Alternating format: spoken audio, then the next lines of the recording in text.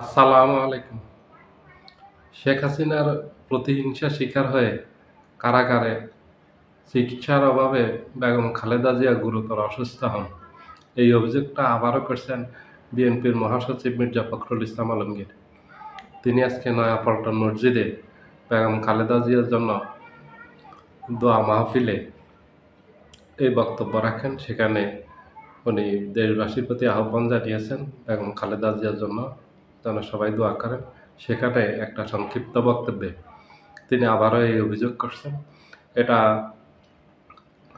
শেখ হাসিনার সময়ে যখন বেগম খালেদা জিয়া কারাগারে ছিলেন, তখন থেকেই শুধু বিএনপি না, সকল রাজনৈতিক দলের নেতা কর্মীরা সবাই অভিযোগ করছেন, দেশবাসী অভিযোগ করছেন যে বেগম খালেদা জিয়াকে চিকিৎসার অভাবে অসুস্থ করা হচ্ছে এবং দ্বিতীয় হলো ওনাকে ফুড পয়জনিং এর মাধ্যমে হত্যার চেষ্টা করছে এই শেখ হাসিনা।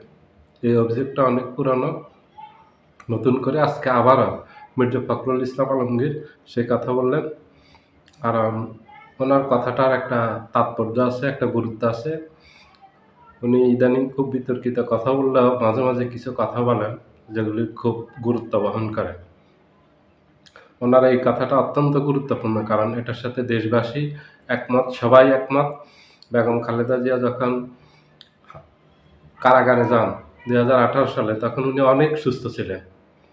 ওনার হাঁটতে, চলাফেরা করতে, দাঁড়াতে, বসতে এগুলিতে কোনো সমস্যা ছিল না। ওনার কিছু জটিল রোগ ছিল, কিন্তু উনি সক্ষম ছিলেন। যখন কারাগার থেকে বের হন, তখন কিন্তু উনি গুরুতর অসুস্থ অবস্থায় বের হয়েছেন। উনি একা দাঁড়াতে পারতেন না। ওনার সাথে যে কারাগারে ওনার এই গৃহকর্মী, যে মেয়েটার নাম মনে হয় রহিমা, ও যে ছিল, এখনো যে আছে, উনাকে ও ধরে ধরে দাঁড় করাতো, বসতো। কারাগারে যাওয়ার পরে ঠেসে, কারাগারে যাওয়ার আগে এটা হয়নি, যেটা আপনারাও দেখেছেন। কারাগারে যাওয়ার আগে উনি সম্পূর্ণ সুস্থ ছিলেন। উনি গাড়িতে উঠতেন, বক্তব্য রাখতেন, বিভিন্ন সভা-সমাবেশে বক্তব্য রেখেছেন। কারাগারে যাওয়ার পরে হঠাৎ উনি গুরুতর অসুস্থ হয়ে গেছেন। এইভাবে একটা মানুষ কারাগারে গেলে অসুস্থ হয় না। যেটা সবাই অভিযোগ করে আসছে দীর্ঘদিন থেকে, সবার একটা সন্দেহ, যেটা সবসময় আলোচনায় হয়ে আসছে, বেগম খালেদা জিয়া অসুস্থ হওয়ার পর যে খাওয়ার মাধ্যমে শেখ হাসিনা ওনাকে ফুড পয়জনিং করছে এবং হত্যার চেষ্টা করছে। পরবর্তী তাকে বাংলাদেশ মেডিকেল বিশ্ববিদ্যালয়ে চিকিৎসা দিয়েছে, কিন্তু উন্নত চিকিৎসার জন্য চিকিৎসকরা পরামর্শ দিয়েছেন যে বাংলাদেশে এটার ভালো চিকিৎসা নেই, উন্নত চিকিৎসার জন্য ওনাকে বিদেশে পাঠাতে হবে। বিএনপি দলীয়ভাবে অনেক চেষ্টা করছে। বেগম জিয়ার ভাই, বোন, ওনারা ব্যক্তিগতভাবে অনেক চেষ্টা করছেন, পারিবারিকভাবে অনেক চেষ্টা করছেন বেগম খালেদা জিয়াকে বিদেশে পাঠানোর জন্য। শেখ হাসিনা রাজি হয়নি। শেখ হাসিনা দেয়নি, শেষ পর্যন্তও দেয়নি, যেটা আপনারা দেখছেন, যেটা প্রমাণ। ওনাকে দেয়নি বিদেশে চিকিৎসা নিতে। উনি যে বারবার গুরুতর অসুস্থ হয়ে হাসপাতালে যাচ্ছিলেন, ভর্তি হচ্ছিলেন। ওনাকে যখন ২০ সালে করোনার আগে মুক্তি দেয়, তখন যে উনি বারবার হাসপাতালে যাচ্ছিলেন, শেখ হাসিনা এটা নিয়ে আরো হাসি ঠাট্টা করছেন যে মরে তো প্রতিদিন শুনি, মরে না। আর লিভার পচে কি খেলে এটা তো আপনারা জানেন, যে উনি নাকি মদ পান করতো সবসময়, এই জন্য ওনার লিভার পচে গেছে, ওনার নানান সমস্যা দেখা দিয়েছে। একজন নেত্রী আরেকজন নেত্রী সম্পর্কে কি ধরনের অশালীন বক্তব্য দিতে পারে, কত মানসিক বিকৃতি ঘটলে, একটা মানুষের মানসিকতা কত নিচে নামলে এই ধরনের বক্তব্য দিতে পারে। যার সম্পর্কেও বক্তব্য দিয়েছেন সে বেগম খালেদা জিয়া ৩ বারের প্রধানমন্ত্রী। আর শেখ হাসিনাও প্রধানমন্ত্রী ছিলেন।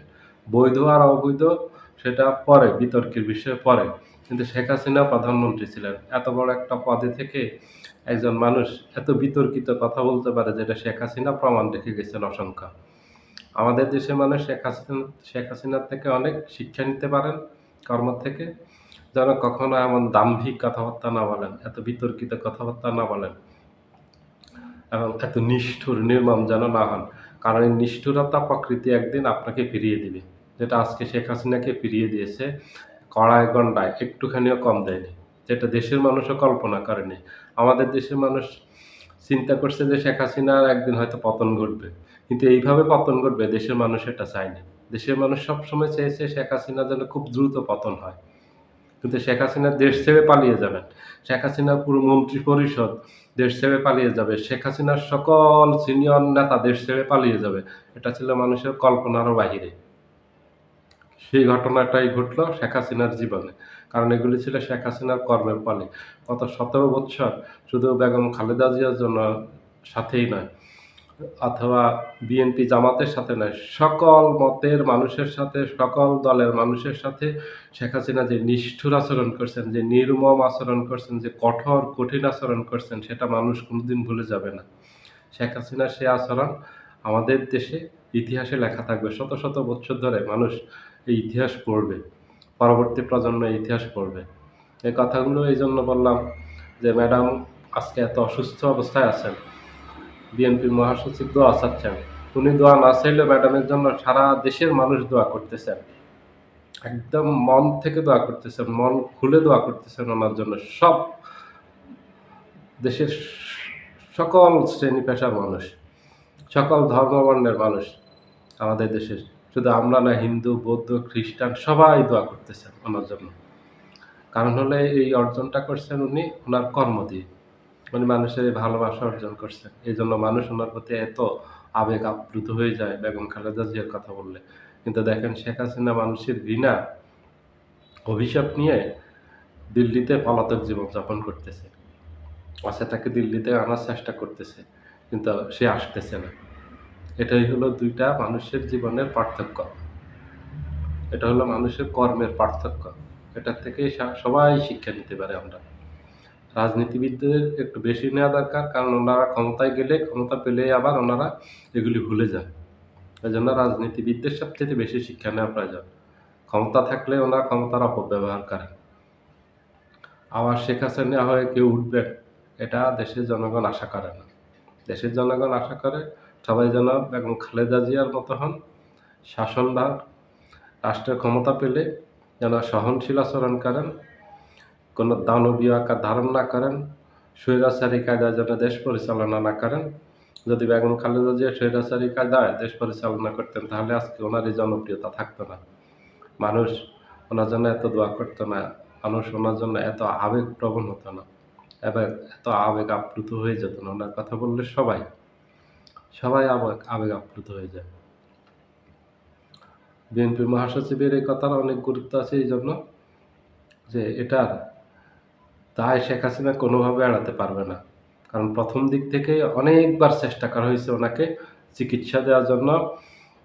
প্রথম চিকিৎসা দেওয়ার জন্য উনি বলছিলেন যে এভার কেয়ার হাসপাতালে যেন উনি চিকিৎসাটা নিতে পারেন, ওনাকে দেওয়া হয় নাই। ওনাকে জোর করে শেষ পর্যন্ত এই তৎকালীন বঙ্গবন্ধু মেডিকেল সেটাতে নেওয়া হয়েছে, বর্তমান যেটা বাংলাদেশ মেডিকেল বিশ্ববিদ্যালয়, সেখানে ভর্তি করা হয়েছে। আপনাদের মনে থাকার কথা, শেখ হাসিনা দেয়নি। সেখানে শেখ হাসিনার এত নিষ্ঠুরতা, শেখ হাসিনা এত হিংসা প্রতিহিংসা রাজনীতি করে গেছেন, আমাদের সমাজটাকে শেখ হাসিনা অনেক বিভক্ত করে গেছেন। সবাই ভালো থাকবেন। আল্লাহ হাফেজ।